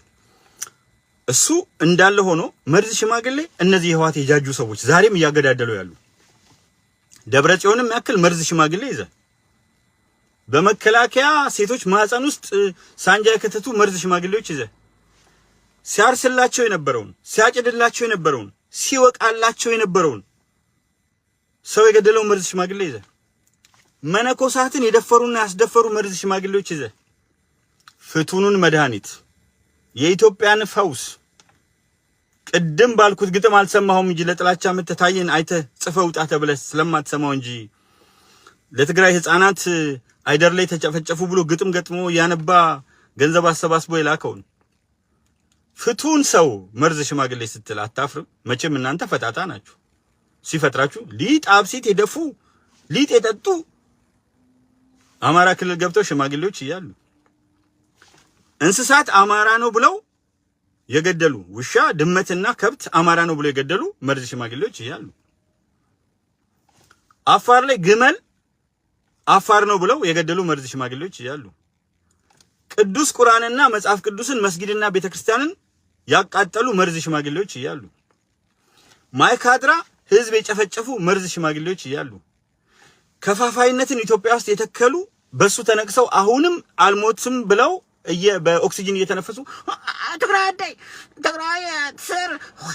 ትግራይ ስር እያሉ የሚተነፍሱ መርዝ ሽማግሌዎች ይዘ ሰለሞን ጦማ ያልነገሩህም መሰለኝ ታዬ ጋር አትሂድ ብለው ታዬ ጋር አትሂዱ ወያኔን ታሰድባላችሁ ተው ምስጢራችንን ታወጣላችሁ ብለው ተጻጻፉ አልሰማ ብለህ ስትንቀሸቀሽ መጣ አያንበጣ እድሜህም አይታወቅ ምክንያቱም እዛ ጋር እኮ ይሄን ጊዜ አንተ አንዱ ሽማግሌ ትሆናለህ እድሜህ አይታወቅምና ሰለሞን ጦማይ እንደው አታስቅም መርዝ ሽማግሌ ስትል አሁን ፎቶግራፋቸውን እኮ ብለጥፋለኝ በነገራችን ላይ ብለጥፈው ታያቸዋለህ ድክም ያሉ ሰዎች ፖለቲካውን አለቀም ብለው ሙጭጭ ብለው ከደደቢት ደድበው የጀመሩ እና የቀጠሉ ሽማግሌዎች እያሉ ታዬን መተ ሽማግሌ ስትል አይገርምም?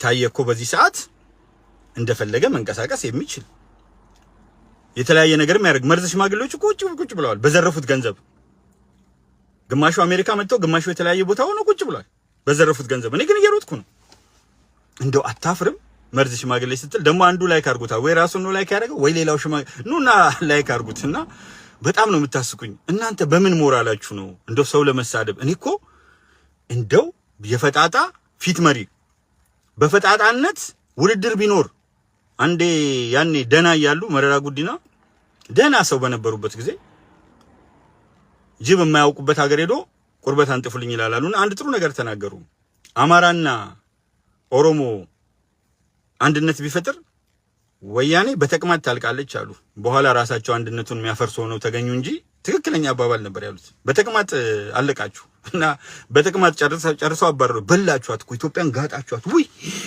ወይ አዲስ አበባ ስትገቡ ነው መምህር ነበርኩ አዲስ አበባ ስትገቡ ወይ የሙጀሌ አለ እግራችሁ ማስቀየሙ ክርፍፍ ብሎ ኋላሽ አይታወቅ ፊትሽ አይታወቅ ጫማ አርጋችሁ እንደው ለማየት ብዬ ያኔ እንትን ነበር ቃሊቲ ነበር ማስተምረውና ከጉለሌ እየተመላለስኩ ሲሄድ ቤተ መንግስት ላይ ቅጫም ያለው ፓንት ሰቅላችሁ የተቀደደ ካልሲ አርጋችሁ ያንን አጼ ምኒልክ ያከበሩትን አሁን ደግሞ እንደው ወዳጅነት ፓርክ ምናምን ተብሎ የሚያምረውን ቤተ መንግስት ለመጀመሪያ ጊዜ በታሪክ የቀመለ ፓንት የተበጣጠሰ ካልሲ አርጋችሁ የኢትዮጵያ ወታደር ቅርጽ የሌላችሁ ከስር የሆነ ጫማ ከላይ የሆነ ኬፕ ምናምን ነገር የማይገናኝ ከሚሊታሪ ጋር ብስ አረጋችሁት አገሩ አገማችሁት አልኩ ከዛስ ትንሽ ስትቆዩ ጥቁር አህያ የነዳችሁ የገባችሁ ሰዎች ደሳለኝ የሚባል አህያ ከባንክ ገንዘብ ዘርፎ የሄዱትን ውሃ ውስጥ ገብቶ ስላወጣ አህያ እንኳን ያከበራችሁት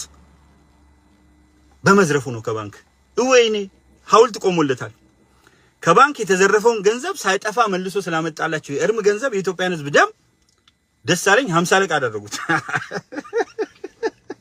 50 አለቃ አህያ እንዴት ነው የሚገርመው በዓለም ታሪክ ውስጥ ለአህያ ማዕረግ የሰጡ በሌብነት በሌላው እኮ ቢሆን አህያ ማዕረግ ይገባታል ግን 50 አለቃ አህያ እና 50 አለቃ አህያ አንተነን አንተ ቁርጥ ማታም ሽማግሌ አካውንትን ቆልፈህ ታየን የምትናገረው አሁን ገብታችሁ አካውንቱን ተመልከቱት አሁን ቁርጥ ማታም ሽማግሌ በጦርጫ ፎግጬ ባቄላ ላስፈጨው እንደሆነ ታየ ቦጋላ አይደለም ታየ ቦጋላ ረጋ ኢልመደስ ወዳ እንዲ እናንተም ጉጣታችሁ ረሳችሁት እንዴ ሴት ልጅ ከነ ምናምን እኮ ነው የሸናችበት አፉ ላይ እንትና ሰናየት መብራቱ ናት መሰለኝ ብቻ የሆነች እንትናለች እና እንደው በጣም በተለያየ መንገድ መታችሁ ታየን ልትነኩ ስትፈልጉ በነገራችን ላይ ለፕሮግራሜ ድምቀት ሆናችኋልና በጣም ነው ማመሰግናችሁ ዋው ወንደሰን ቲክቶክ ላይ አልከኝ እመጣለሁ ወንድምዬ እመጣለሁ እንደውም አሁን በጣም ወደ ማረፍ እና ወደዚህ ስራ የመጣሁት ቲክቶክ እና ሌላም አንድ ስራ አለኝና ለዛ ነውና እሱን ዝም ብሎ ሄጄ ቼክ ማድረግ ነው በቀላሉ በሞባይልም በእንትንም መከታተል ይቻላልና በጣም የሚገርም ነገር ነውና አንተ የምትገርመኝ አይ ጡኡማይ እንደው ጡኡማይ ስም ያባተ ስም ጡኡማይ እንዴት ነው ማትጥመው ልጅ መራራ ቁልቋል እንዴ ለፋሲካ በቁልቋል የምትፈስክ ሰውዬ ደሞ እኮ አንዳንዴ መተህ እንትን ትፈልጋለህ። በስመ አብ ወልድ ስትመጡ እኮ አውቃችኋለሁ። እግራችሁ ቀጫጭን እንደዚህ መቃ ጉንዳን ራሱ ደሞ አካሄዳችሁ ራሱ ጉንዳን በሰው መልክ ያየሁት ወያኔ አዲስ አበባ ሲገባ ነው። ጉንዳን እንዴት ተሰልፈው ቀጫው እያለ የሀገር ጉንዳን እናንተው ወኔ ሞራል ኖሯችሁ ነው ትናገራላችሁ። መግደል በቃ እናንተ ጦርነት ባህላዊ ጨዋታችን ነው። ትግራይ ትስዕር እናንበረክካለን። በሁለት ሳምንት ገለባቸው በሁለት ሳምንት። ከዛ ደግሞ ሮጣው አንድ ላይ ማት ልጅ ይዘው ገቡ።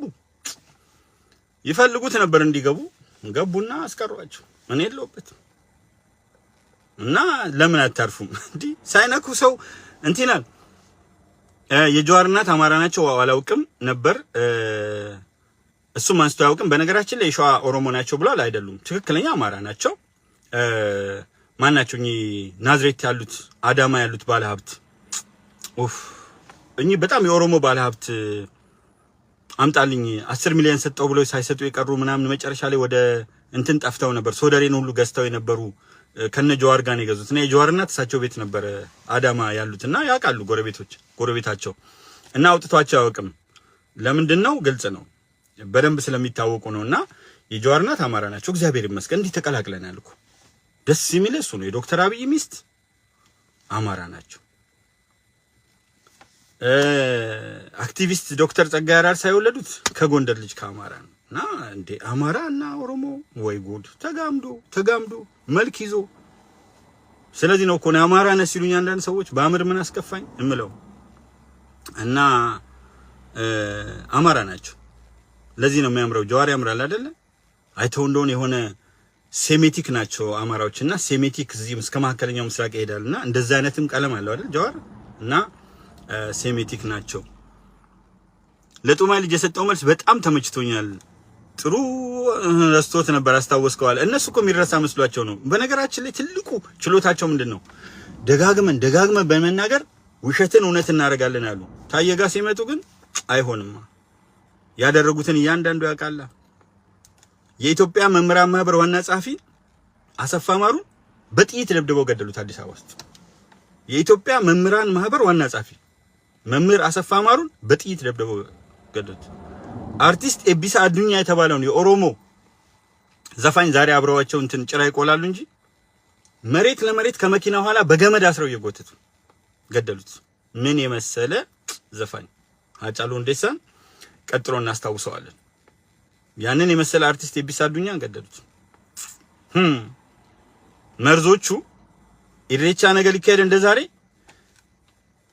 ፍረዱኝ። የቢሾፍቱ የደብረ ዘይት ነዋሪዎች ፍረዱኝ። ህወሓቶች ሩጫ አላካሄዱ። ቦታው ላይ ሩጫ ያካሄዱት ለምንድን ነበር? ገደሎቹን የትጋጭስ ቢያደርጉ ሰው ገደል ገብቶ እንደሚያልቅ በደንብ ሲያጠኑ ነበር። ሩጫ ካካሄዱ በኋላ እዛ አደሩ። አንድ አልሞቱ። በሰፊ ቁጥር ነው የገቡት ኢሬቻ ላይ። አንድ አልሞቱም። እያንዳንዱን ቦታ አጠኑ። ከዛ ጭስ አመጡ። 800 ኦሮሞ በሚያሳዝን ሁኔታ ጭስ አድርገውና እንትን ብለው አጠፉት። እስር ቤቱን እንዳለ የኦሮሞ ነበር። ታየ ደንዳን 10 ዓመት አስረውታል።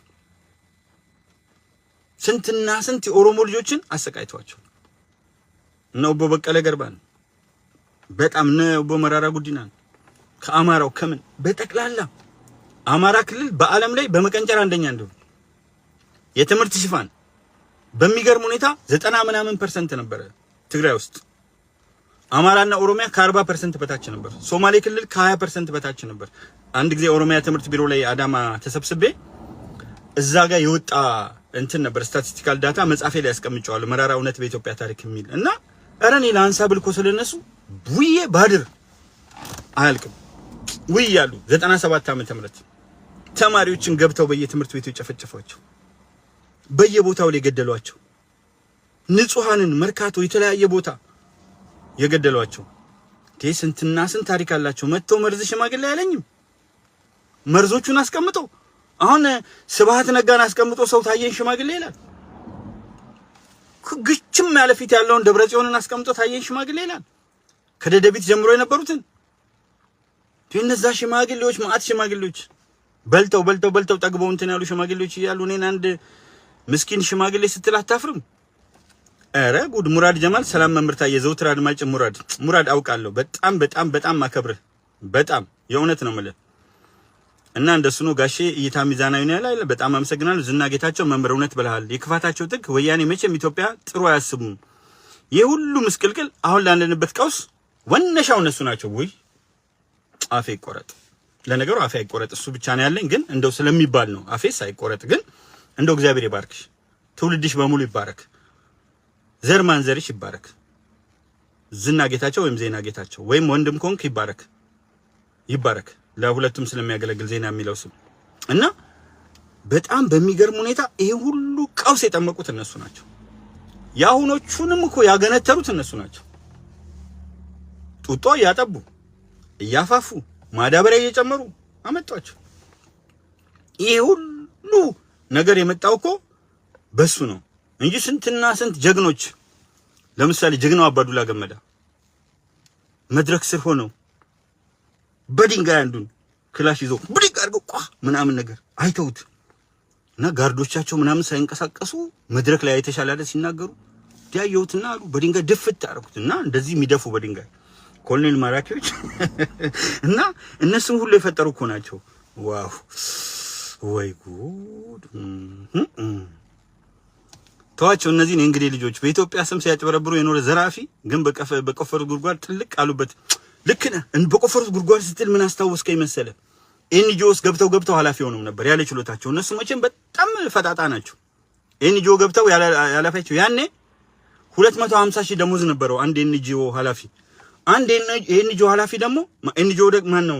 አንድ ገጠር ውስጥ አንድ ጉድጓድ 250 ሺህ ብር አንድ ጉድጓድ የውሃ ጉድጓድ ያስቆፍራል።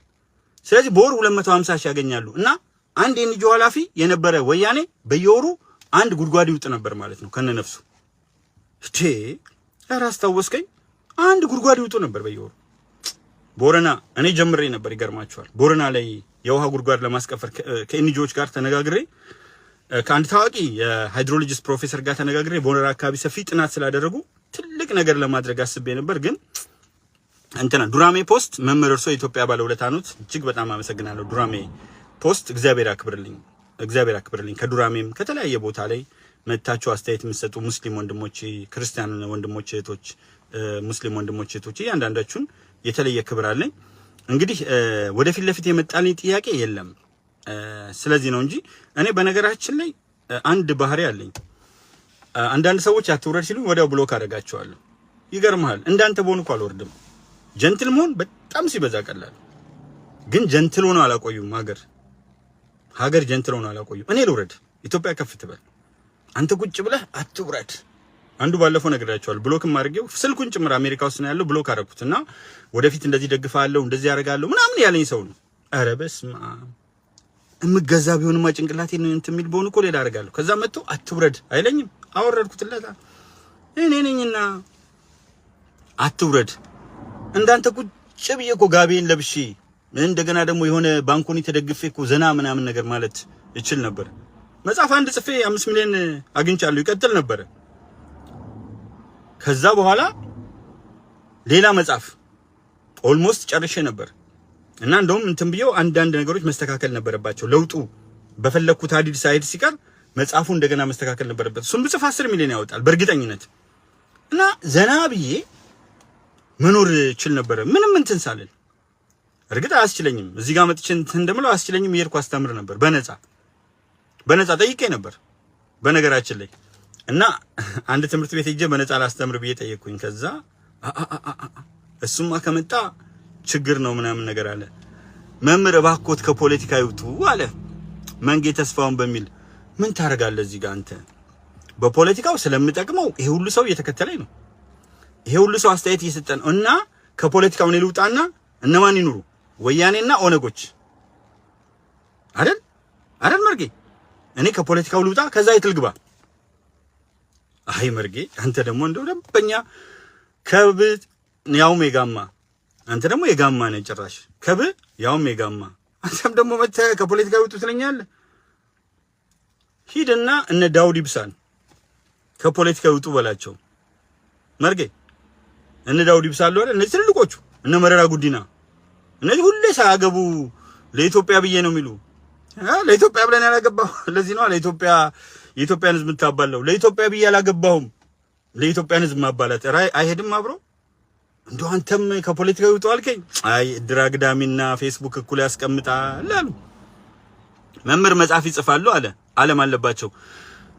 መራራ እውነት በኢትዮጵያ ታሪክ የሚለው መጽሐፌ በ2011 ዓ.ም ቤስት ሴለር ሆኖ በመላው ዓለም የተሰራጨ ቤስት ሴለርና 5 ሚሊዮን ብር ያስገኘልኝ ለአከፋፋዩም ለብዙ ሰዎች መጽሐፍ ታዟሪዎችን ቆም ብለ ብጠይቃቸው ከፍተኛ ትርፍ ያገኙት በኔ መጽሐፍ ነው። ከፍተኛ ትርፍ ያገኙት በኔ መጽሐፍ ነበርና የመራራ እውነት በኢትዮጵያ ታሪክ ብታነበው በደንብ አድርገህ ትድናለህ አልኩ። መጽሐፍ ይጽፋል ወይ እንኳን መጽሐፍ እዚህ ፌስቡክ ላይ መጽሐፍ የሚያካክል ነገር ጽፍ የለ እንዴ? እና ስለማታውቁት ነው። አሁን ትልቁ ችግራችሁ ይሄ ነው። መጽሐፍማ የፈለከውን ርዕስ ሰተኝ ጓደኞቼ ይደነቁ ነበር። እዛ ጋር ቁጭ ብዬ 10 ገጽ ጽፍላቸዋለሁ እና ይገረሙ ነበር። እዛው እየተጫወቱ ነው 10 ገጽ ጽፍ ነበርና ምን አይነት ሰው ነው ጨዋታውን እየሰማ መሀል እየተካፈልክ እንዴት ትጽፋለህ ይሉ ነበር። እንደውም አንድ ጓደኛ የደብረ ታቦር ልጅ ነው። የእድሜ ዘመን ጓደኛዬ ነገሌ ቦረና ሄዷል። ሚዜም ነበር ሳገባ የእድሜ ዘመን ጓደኛዬ ነው። እና ምን አለ እኔ የሚገርመኝ ታየ አለ ከኔ ጋር እያወራ መንገድ ላይ ስለሚሄደው ነገር ትንታኔ እየሰጠ ወዲያ ደግሞ ያላየውን ነገር አይቶ ትላንትን እያመጣ የሚናገር ምን አይነት ሰው ነው አለና ጭንቅላቴ በምድር ላይ በጣም የተገነዘቡኝ ሰዎች አሉ። 2 ሰዎች ግን በደንብ ጭንቅላቴን አውቀውታል። 2 ሰዎች የፖለቲካውን ብልሽት ስለሚያስተካክልን መውጣት የለባቸውም ይላል ዱራሚ ፖስተር። አውልጣም እንዴ በደንብ አድርጌ እንደዚህ ውጣ ሲሉኝ እኮ ደጋግሜ እቀርባለሁ። ነግሬያችሁ ይል ባህሬን ውጣ ሲሉኝ ደጋግሜ እቀርባለሁ። አሁን ባሳያችሁ ዝናብ አለ እና ደጋግሜ እቀርባለሁ። ጥያቄ ካላችሁ ጠይቁ። ሃይ ማይ ዲር ብራዘር ታዬ በጣም ነው ዳንኤል ንጋቱ ማመሰግነው። ሰላም ግን እንደው ሰላምታ ሆኖ እግዚአብሔር ይመስገን ብንባባል እንደምን አደርክ? አሁን እኛ ጋር ከጠዋቱ 5 ሰዓት ከ5 ደቂቃ ሊል ነው ከ4 ነው። በመላው ዓለም ደቂቃው እኩል ነው። በመላው ዓለም 04 ነው ሁሉም ጋር የሚያሳየው ትክክለኛ ሰዓት ያዙ ሰዎች። እኛ ጋር 5 ሰዓት ከ4 ነው። ኢትዮጵያ ውስጥ 12 ሰዓት ከ4 ደቂቃ ነው የሚሆነው። መዝገቡ መለሰ አንተ የኢትዮጵያ ሕዝብ የቁርጥ ቀን ልጅ ነህ። ምን ጊዜም ከጎንነን በርታ። እጅግ አመሰግናለሁ። መምህር ባኮን ስለ አርበኞች አብዝተህ ብታወራልህ። ጥበቡ ጢሞቴዎስ ያው ሲዘጋ ወደ ኋላ ተመልሰ ይሄን ቪዲዮ ተከታተለው ስለ አርበኞች። ባለፈው ደግሞ በደንብ ስለ አርበኞች አንስቻለሁ። እሱም ማየት ይቻላል እንዳይደጋገምና እንዳያሰለች ብዬ ጥያቄ እንዲኖር ብዬ ነው። በጣም አመሰግናለሁ። ግን ስለተናገርኩበት ነው። አይ ያሁኑን ያልኩት የበፊቱን አይደለም ይላል ዓለም አለባቸው። እሺ አመሰግናለሁ። የበፊቱን ከሆነ በጣም ነው ማመሰግነው። የትኛው እንደሆነ አልገባኝም በበፊቱን። እንግዲህ ሌላ ጥያቄ አላይም። አስተያየቶች ብቻ ናቸው ያሉት። ጥያቄ ቢኖር ለመመለስ ዝግጁ ነበርኩኝ። ስለ አርበኞች ያው ብዙ ነገር ስለተናገርኩ ነው። ምንም ነገር የለም። ምንም ጥያቄ አላይም። የሚያዩ ሰዎች ብቻ ነው ማየው እና እነዛ ነው አስተያየቶች ነው መልሼ ማየው እና ምንም ማድረግ አልችልም። አዝናለሁ። ይሄ ሁሉ ሰው ኖሮ ጥያቄዎች አለመኖራቸው። አንዳንዶች ደግሞ አታርዝም ይሉኛል። እማረዝመው አለፍ እያላችሁ ማየት ትችላላችሁ። ላይቭ የሚከታተሉ ሰዎች አሉ፣ እየገቡ ይሄዳሉ። በዛ ላይ እንደዚህ አሁን ዝናብ ነው። ልክ ላቆም ያሰብኩበት ሰዓት ላይ አጋጣሚ ዝናብ ነው ኖርማሊ አካባቢው ላይ። ኤኒዌይስ ግን አቆማለሁ። በጣም አመሰግናለሁ። እና እንዴት ነው የዛሬ ዝግጅቴን እንዴት አያችሁት? ሲመጡ እነዚህ ሰዎች ግን አይታችሁት እንደሆነ ካታሊስት ናቸውና በደንብ ነው እንደፈለገ እንድንሆን የሚያግዙንና በጣም ከልብ እናመሰግናለን። መልካም ጊዜ። ሆራ ቡላ ዴበና በዛች ግጥም ልጨርስ።